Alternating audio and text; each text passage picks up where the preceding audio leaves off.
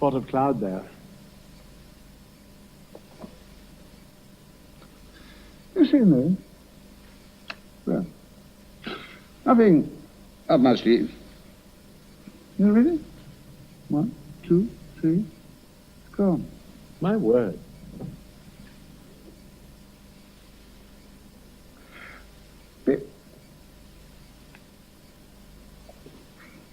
Pick out the Queen of Hearts.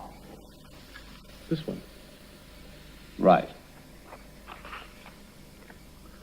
Now, the Queen of Hearts.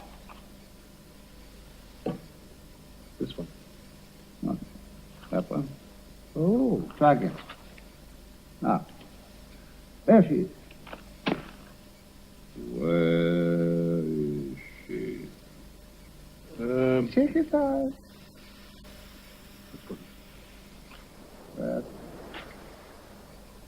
What are the ingredients that go to make a great actor? It's always a mystery, but in Ralph Richardson's case, his instincts, which can't be explained, are backed up by a high degree of literary intelligence and a strong visual sense. He loves the business of acting, the clothes, the props, the make-believe of it all. In fact, his feelings about acting seem to stretch back to early memories and the games of childhood spent along the coast from Bognor.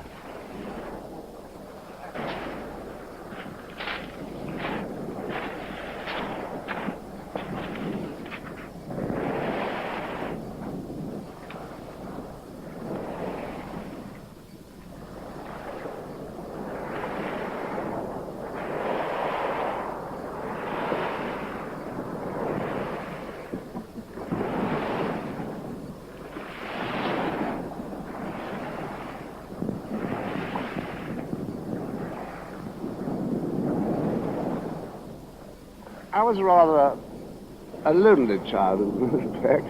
My mother and father, I had 2 brothers, but my mother and father separated. They didn't divorce, but my mother left, and she took me, the youngest, with her. We found a little bungalow to live at Shoreham by Sea. My father was a art master at Cheltenham. A very romantic bungalow it was, too. I don't know if there's any like it now.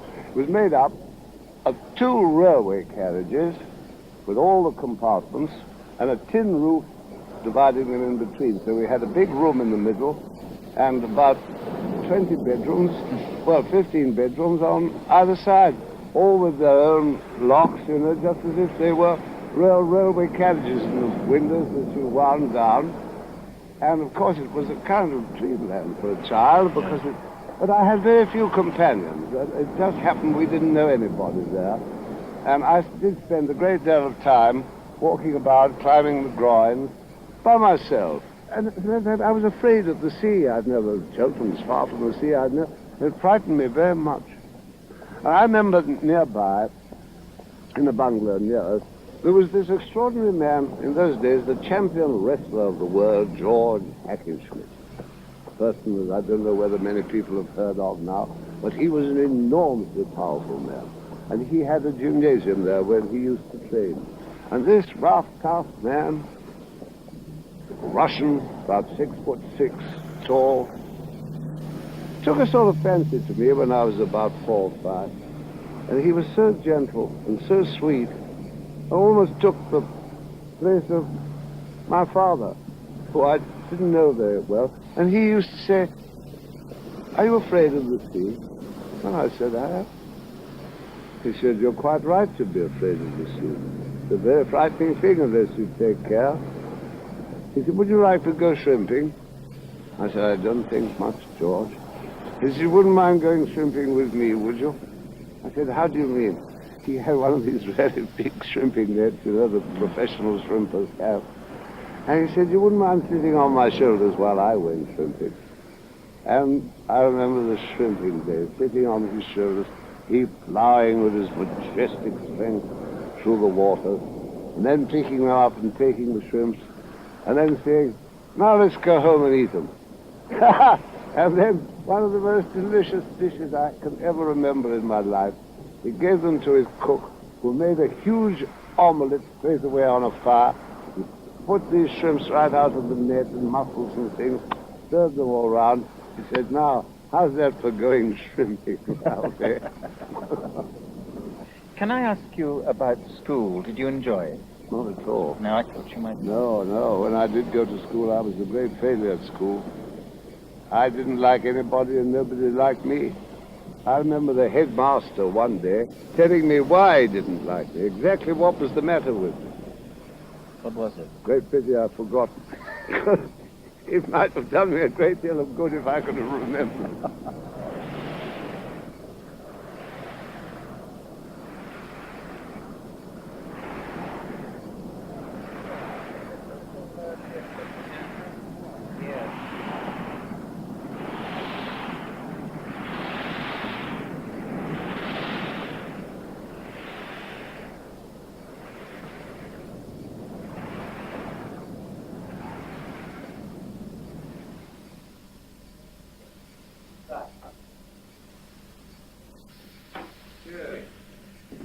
I wonder if we could look round. See if you could find the light. Yes, I'll have a look at this one.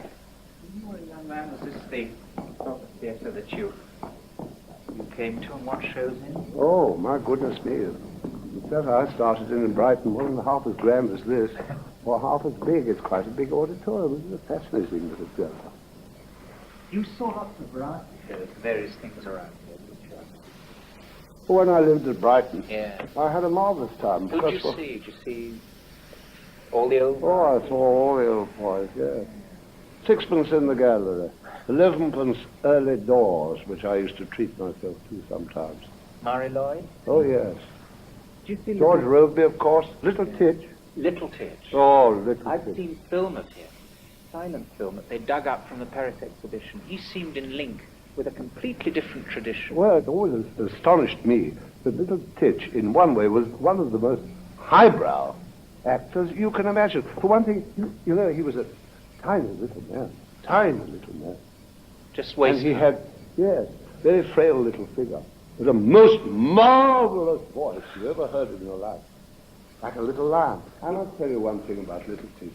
Jack Priestley was a very great admirer of Titch. When Priestley was at Bradford, he was a journalist at Bradford. He was sent round behind the stage to perhaps interview Titch or make a little, some notes for his local paper. And he tells me, and of course Titch was his great hero, he tells me that as he was standing in the passage rather nervously waiting, there on one door was a star and Mr. Titch. He thought, my goodness, Titch is behind that door. And the call boy came along, knocked on the door. Yes, Mr. Titch, Mr. Titch, walked away. Door opened. Yes, I'm coming. When I was at school, when I was hardly at school, I had very little education. I didn't, but I thought I'd like to be a chemist. Perhaps it was a kind of dramatic. I saw myself being very effective in a white coat, serving very mysterious things out of very weird bottles and having a great... But then, you see, I asked about being a chemist, and they told me the exams I'd have to pass and the knowledge that I'd have to be a dispensing chemist, and it floored me. It was too much for me. I went to the Brighton Herald when I was a boy. I said, I'd like to be a journalist. Do you think I could when I left school? And they said, well, I said, no, you might. But they said you'd have to... What would I have to have? Well, they said you'd have to have shorthand and typing, for instance. You'd have to have that essentially. So I thought, could do that. So I bought a book, Pitman's, the guide, to an easy guide to Pitman's shorthand. And I took this back with its circle and its curves and its angles, and I studied it. And in the end, I had to throw it away. I thought I could never be a journalist. I could never learn the Pitman's easy shorthand. So that was another dream given up. So you had to really find a job. Yes. Well, which then didn't involve learning. That's it. I did. And I was an office boy at the Liverpool and Victoria Insurance Company at Brighton for a long time, earning there the prince's salary of 10 bob a week, indeed. I did feel I was a very rich and princely man. I always felt that. I never had any. I was very poor when I was young, but I never felt that at all. And my mother never felt that she was poor. We used to feel it was up to us to set a sort of tone and give certain subscriptions to people, and all on £2.10 a week. We had, when we went to church, when my mother was with us, we always had her visiting card placed in the pew. You had letter-headed notepaper. We had crested notepaper. Whenever I was absent from school, my mother would write, because I was always absent from school, because I was always ill or swinging the lead. So my mother would write a letter on with our, would do, in fact, have a crest, but few people use a crest. It's £2.10 a week. We always lived in a rather grand and rather snobbish sort of way in that way. And we always felt ourselves to be millionaires. We'd sort of give to the poor, sort of thing was utterly ridiculous. By a timely piece of luck, Richardson was suddenly bequeathed £500 to be used solely for his education. With the money for my education, I wanted to become a painter. I always wanted. My father and my mother were painters, and I was brought up with the smell of turpentine in the house. And my natural inclination then, my natural thought was to try to be an artist. But I went to the art school for some time, but I was no good at it. I loved the idea of it, but I was a great failure there, and people told me, don't go on with this thing. My drawing really instinctively was not very good. I've got some of my drawings now still in a portfolio. They're pretty rotten. And as I say, I used to go to the theatre a great deal. And I think, really, if you ask me, I'm not sure whether you did ask me, but the turning point in my life, when I really discovered I could make a start as still another profession, was when I went to see Benson play Hamlet. Benson was a very good Hamlet, and I thought then, I still think, that he was indeed a very magical actor. There was just one thing he did. When the ghost appeared, the ghost said to Hamlet, "Revenge, revenge." And Hamlet drew his sword. Put the sword on the ground. He ran across the stage, making a strange and eerie noise. He drew it up as if it was sharp. He said, "Revenge, revenge." Now this little bit of business struck me as being something wonderful. It was something that isn't written in by Shakespeare, it was just invented by him. And I thought, I don't think I'll ever be able to learn. I'll never be clever enough to paint or to draw or to illustrate books. That was rather the kind of sort of thing. But maybe I've got it in me somewhere to illustrate literature by acting. Maybe one day I could invent something like that. Fired with enthusiasm and armed with the remains of his £500, Richardson discovered in Brighton a semi-amateur company of players run by someone called Frank Grocott. Of course, when I went to him, I said, "I'd like to be an actor. I'm a millionaire." Those are the sort of actors he wanted to attract, I think, weren't they? He said, "Come inside and let's talk this over." But he said, "Really and truly, Richardson, an actor, well, what acting have you done?" Well, I said, "None." Well, he said, "That's not a very good recommendation to any part, is it?" "No, but I said, I can make myself useful in the theatre. I can make myself useful anywhere." Well, he said, can you wire lights? Do you know can you wire lights in circuits? I said, "No." But he said, "I should learn." He said, "Can you paint scenery?" I said, "Yes." He said, "Can you really?" "Oh," I said, "I'm a brilliant artist. I spent a very, very long time at the art school in Brighton, where I was a very great success. She's coming back." And so we arranged a contract that I paid him 10 shillings a week for 6 months, and then if he kept me on, he'd pay me 10 shillings a week for the other 6 months. I said, "Well, when do I start?" "Well," he said, "You started, haven't you?" Well, I said, "Yes, we have." He said, "It's time to get down to the theatre, isn't it?" Yes, Mr. Gilcott, yes. What do I do? What part do I play? He said, you don't play a part. He said, indeed, literally, I started not on the stage, but under the stage, because he was playing a wartime play. And the Zeppelin raid was meant to take place. And he said, all you do, Richardson, thank goodness you've come, because the Zeppelin did this up. I'm very glad to have you, Richardson. He said, you go under the stage, you take these 2 petrol tins on a strap, and on the cue, you bang the petrol tin on that little wood. He said, it makes a splendid noise. Find the place. I said, when do I get the cue? Do I hear a cue, or do I... No, it's very simple. He said, when I step with my heel on the stage like that, there was no. That is the cue for you to follow the petrol. He was a very short little man. Ignorant, very arrogant, very short. And in order to sort of give himself power and poise, he wore very, very long heels. The stage was very thin. And Gilcott didn't know his lines very well. He never did. But when he didn't know his lines very well, he didn't know that he was doing it. Every time I heard him say, I want the petrol. I wanted the tins when the Zeppelin was miles and miles and miles off in the plane. It didn't appear till the last act. So it made a rather bumpy start for me, but as I say, at the bottom of my profession, in every sense of the word. Yeah. And you kept your side of the I bargain. kept the first 6 months. After the first 6 months was over, I decided it was safer to leave.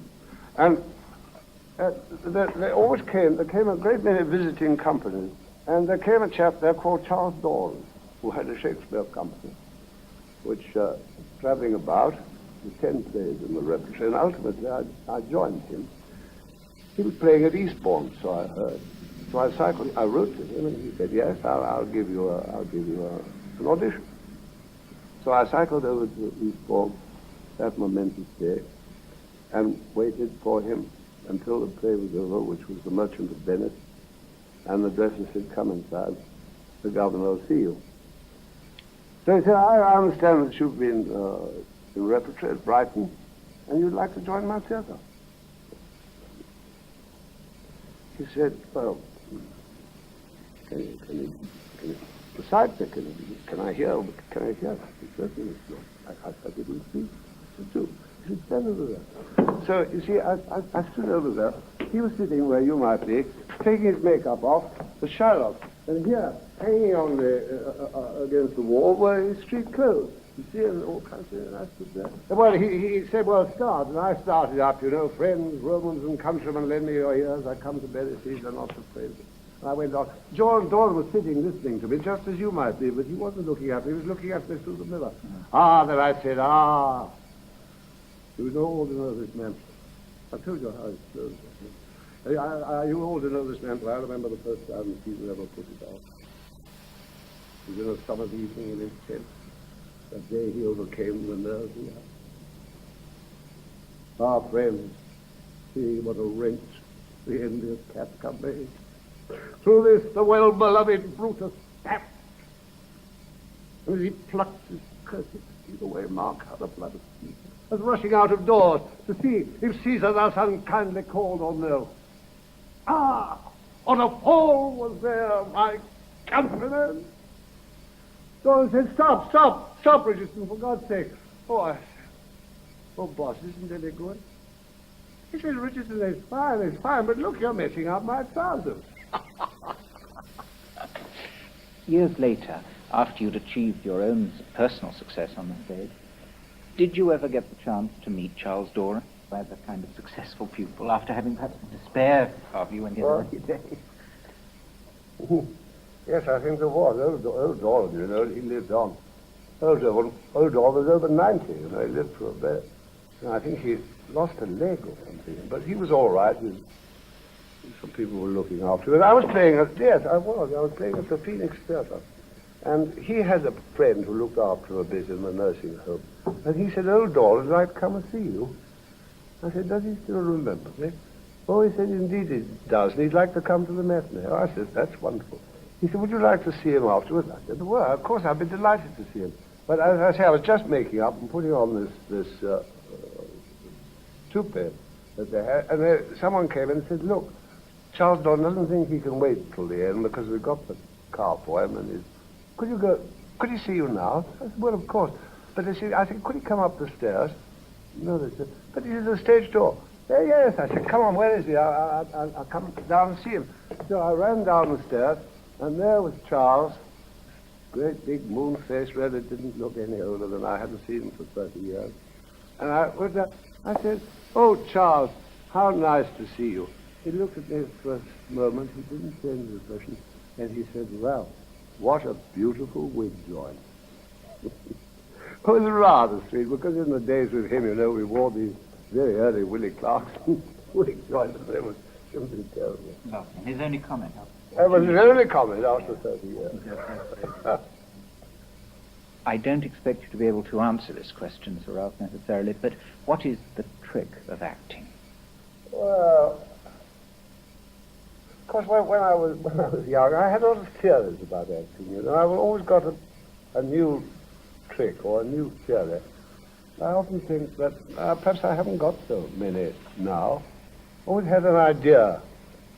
In fact, I was thinking the other day, rather like a chap, I've got a whole cupboard full of discarded tricks. Like you could have a whole cupboard full at home of alpine stocks and hooks and ladders and tricks that you thought were going to help you to get up over the mountain. I had a lot of tricks. And, you know, ideas. They were kept on saying, I know the way to do it is this, or the way to do it is that. Well, I used to think at one time, for instance, I know before you go on in this part, I've got to pretend to be a bee. I must think I'm a bee. If I thought I was a bee, I'd be all right with this part. So silly things like that. I can't tell you how silly the tricks that I say that actors think of.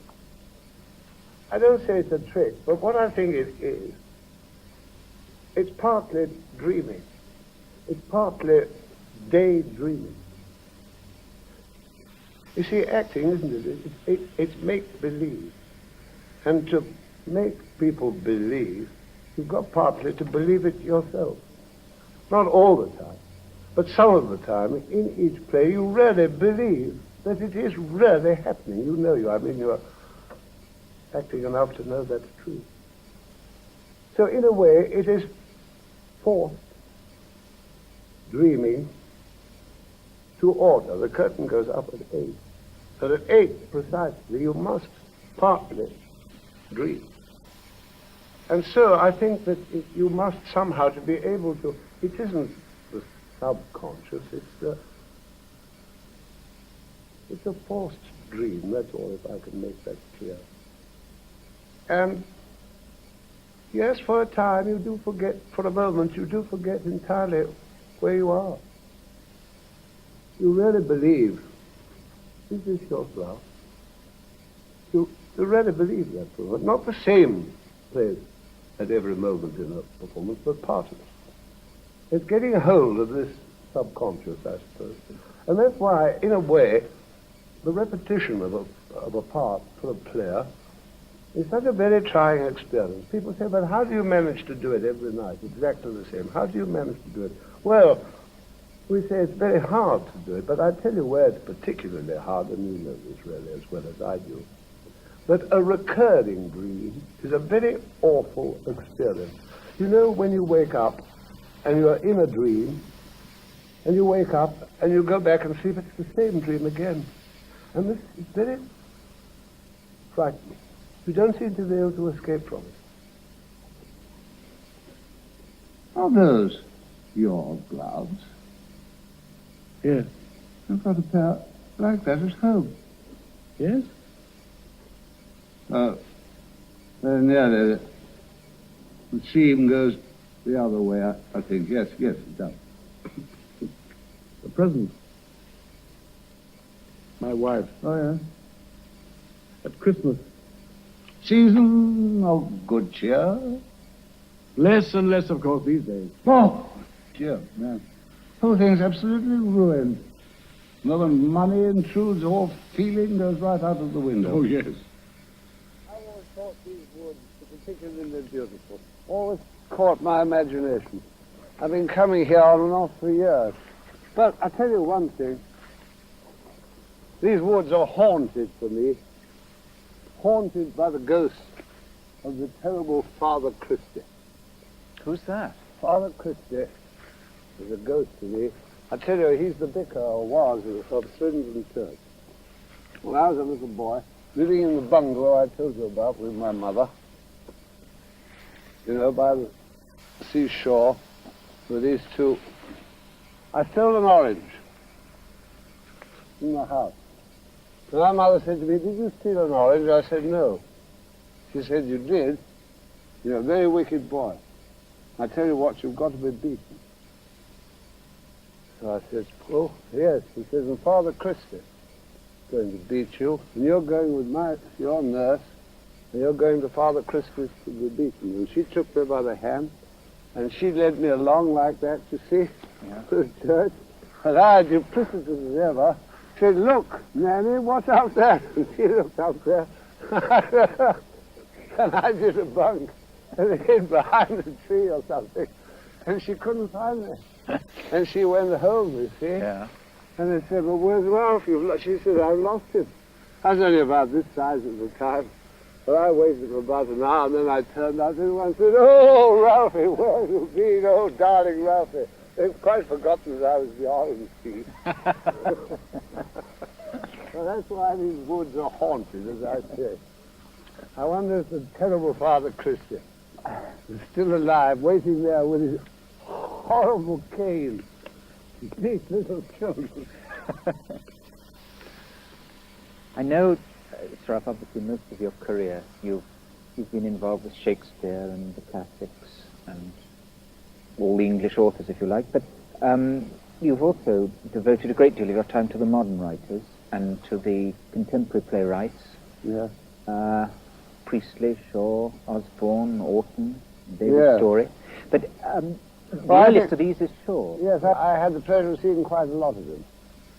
I acted in one of his new plays, which he partly directed. And I first met him when we were at the Old Vic, and we were doing Arms and the Man, which had been done many times in Shaw's life, but he came along to rehearsals. And he was very helpful and splendid to us. I remember one thing he said to me, I don't know if you remember, I played Blunchley. Well, when Blunchley first enters, he climbs in through the window of Raina's bedroom window, he's shinned up the drain pipe. They've been shooting at him from outside. He's been off, running away from the enemy for about 3 or 4 days, and at last, with the enemy shooting at him, he makes it in his last desperate effort, and he bursts into the room. And I took a good deal of trouble trying to get this right. I was half asleep, as he mentioned me. I was covered in muck. I hardly speak. And Shaw came to me, and he said, "You know that business that you do when you come in through the window and you're very exhausted?" "Yes," I said, "that's what I've just done, you mean?" He said, yes, Richardson, it's very good. It's very good. It might be all right for a Chekhov play, but it's no good for mine. In my plays, he said, there's no time to wait for the text. You've just got to speak bang on. And he was right. A great play, in my opinion, which was offered to me, a play written, Waiting for Godwin, written by Beckett. There's a lot in it I didn't understand. So I asked Beckett if we could meet, because I'd like to understand these very complicated things. I made a little list of them. I said, "Mr. Beckett, could you explain to me what happens when Pozzo says this, what it means?" Well, he said, I don't know. Well, I said, I'd let that one go. I said, when I come on in the third act, I don't know why I come on in the third act quite Mr. Beckett, could you explain that? He said, no, I couldn't explain that. Well, I said, Mr. Beckett, if you don't understand, how am I to make the public understand? And like a fool, because I didn't understand the silent playwright then, I didn't do the play. Very great mistake, one of the greatest mistakes of my life. But then I thought later on, I act in a lot of plays by dead authors, for goodness sake. I act in Congreve, I act in Shakespeare, for heaven's sake. People I don't know, they're all dead. I found a fine way to get on with living authors. Just pretend they're dead, and splendid. You never had another word's trouble with them. I'm sure if I painted if I were here to make a sketch, if I were to make a drawing of where we're sitting here, it was a kind of impression to me. And then you came along, well, perhaps later, perhaps not, but you came along and said, what do you mean by that shadow of that tree going over there? What does it mean? I think I could very honestly say, I don't know what it means. It was an impression I had at the time. It was an excitement I had at the moment. I can't explain it. I think I was very foolish to ask these chaps to explain what they meant. You know what I did want to ask you about was, we talked about writers. How'd you get on with directors? Directors? With the same equanimity? Well, I don't take very much notice of directors. I was afraid of that. Since the not-so-successful days at the art school in Brighton, Sir Ralph has continued to paint on his holidays. The paintings are mostly hidden away in cupboards in his London house. He doesn't rate them very highly. William Nicholson, the painter-father of Ben Nicholson, was a friend and encouraged his painting. Sir Ralph has some of Nicholson's delicate landscapes in his own collection. William was very nice to me. I used to go to his studio quite a lot. And he was interested in the paintings that I was doing, and very generous to young people, extraordinarily generous. I remember I lived in Harriet Walk then. It was near Lowndes Square. I had a little house. And outside the house was the back was an arch, ornamental arch. And I was painting this arch. And he asked me what I was doing, and I said, well, I'm painting the arch outside my house, you know. I said, sometimes I painted from up here, which is my little study. But then I'm not quite certain of that. I said, I run downstairs, and from the dining room, of course, I look up at it. And up again, and I'm not certain whether to paint it from this or from that. I said, as a matter of fact, you know, I'm sort of combining the two versions in my little painting. I said, do you think it's all right for me to do that? He says, my dear Ralph, it's perfectly all right, perfectly all right. But Ralph, why run?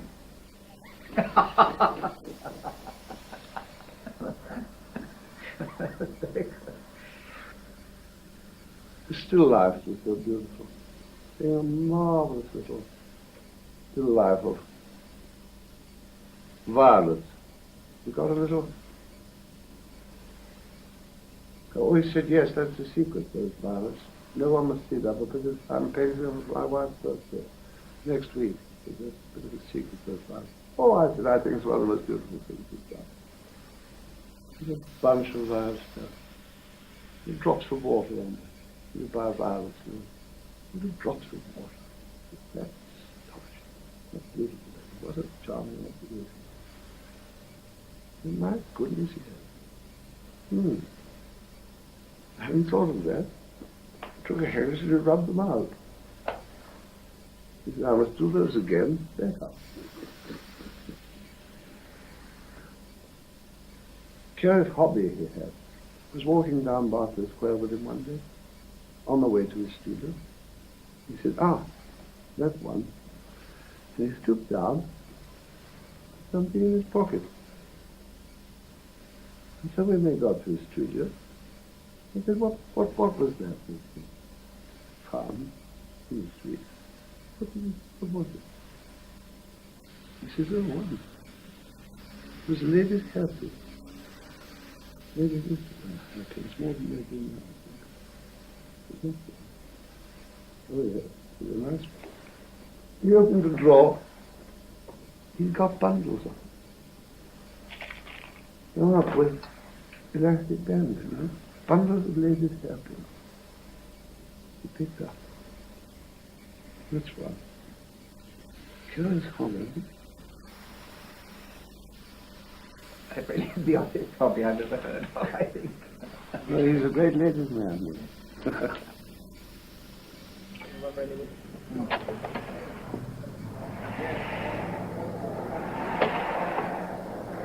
Books are sort of dope to me. I have to have books. Not content to, not clever enough just to sit about doing thinking. Not a single thought comes to my mind. I get frightfully bored. Can you get the feel of a book from the outside? Like Oh that? yes, indeed. This is not a badly bound book. What's the But you trick? see, it's an absurdity, really.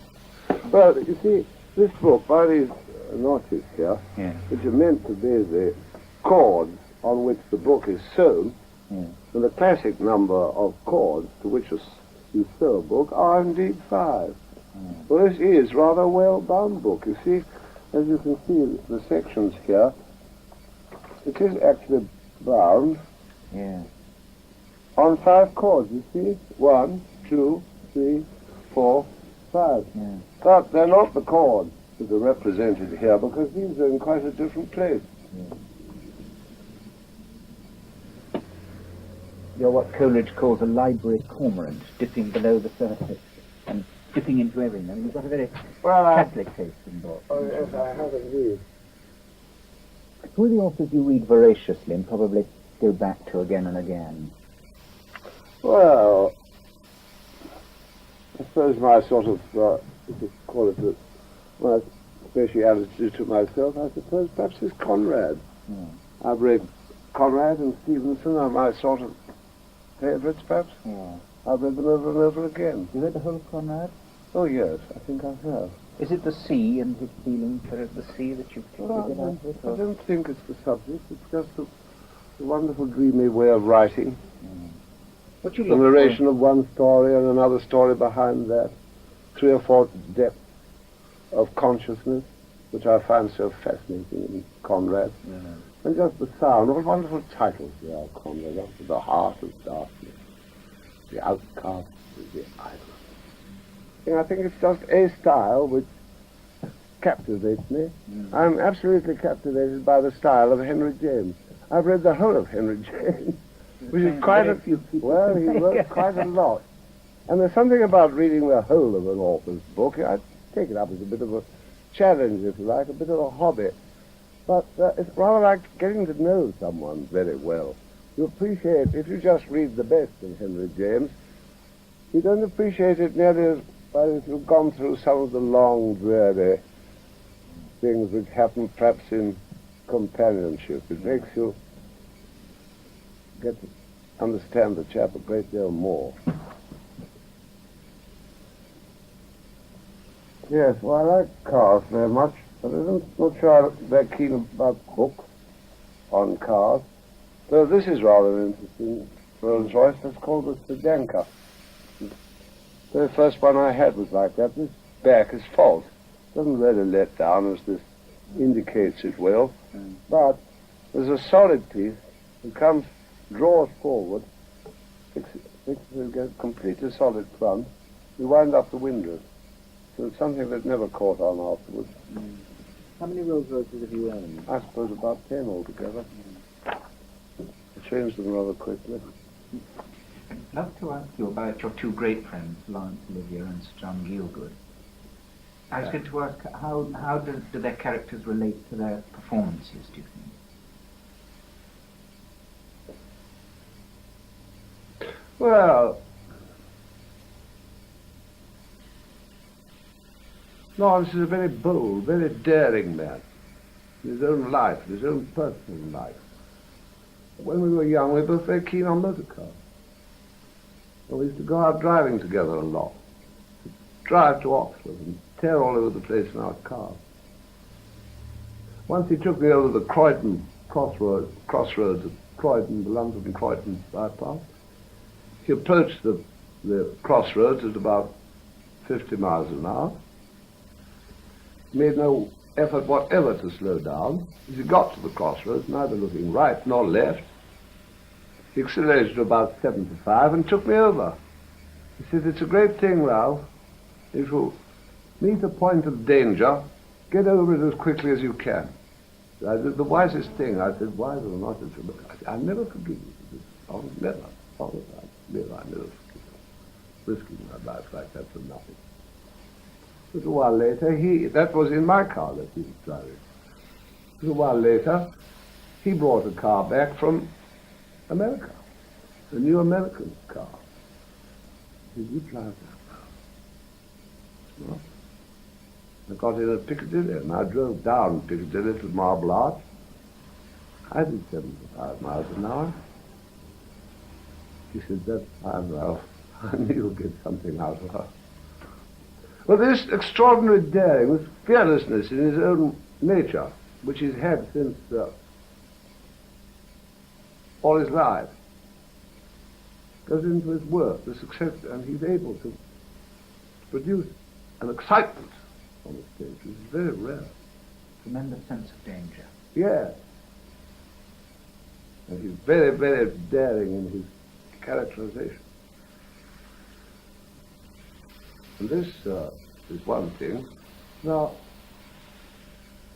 Johnny Gielgud, if we were to compare them, is, I would say, and I think that he'll agree, personally rather a timid man. I mean, he's not timid in his work, but he doesn't like, he said, "No, I've never learned to swim," for instance. And physically, he's different. Although his courage in his work is fantastic.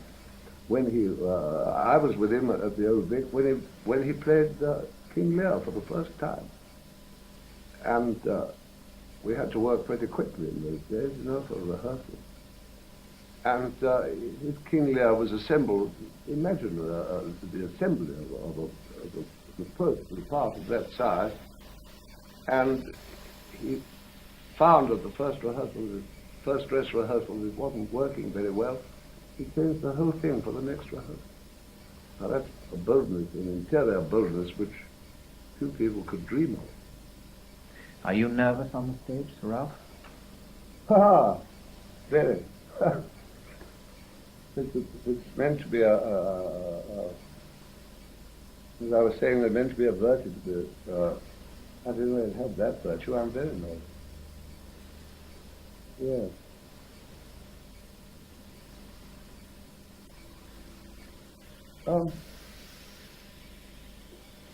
What else were we saying about acting in general? Just thinking about films. About the yes, about the films. Yes. The funny thing about the film, any kind of atmosphere. I'm very, very grateful to being allowed to play in a number of films that I have been allowed to play in. I never made much of a mark in films. I was never what you might call a film star. But the curious thing is, though, it may be something to do with the hours that one spends, because one spends so many hours in the film studio. You get there very early. But when the day's over and the director says, "Right, it's a wrap-up," I'm out like a rabbit.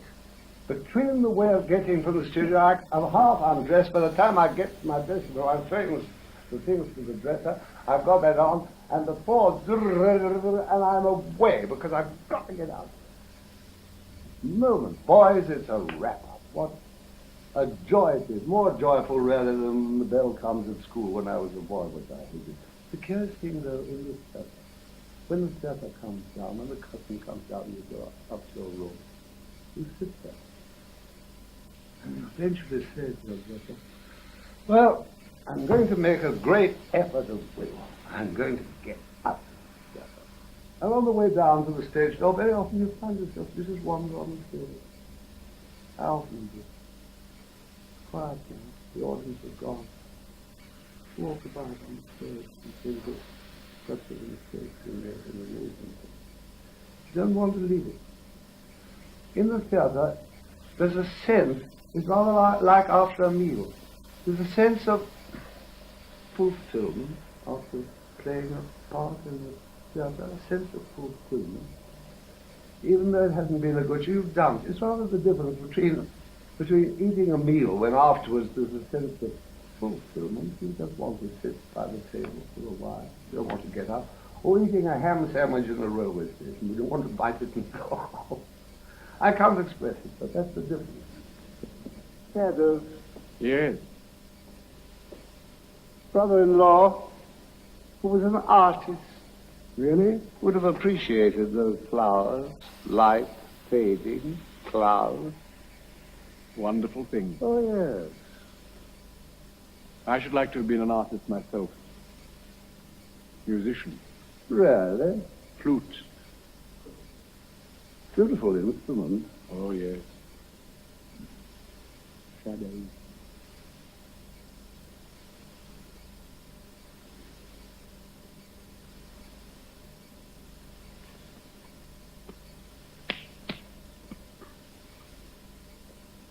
Choose any card.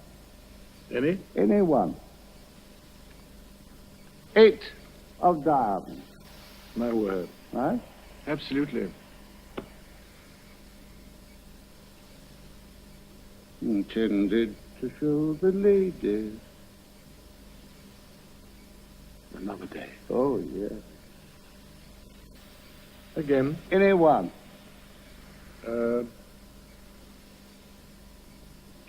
4 of spades.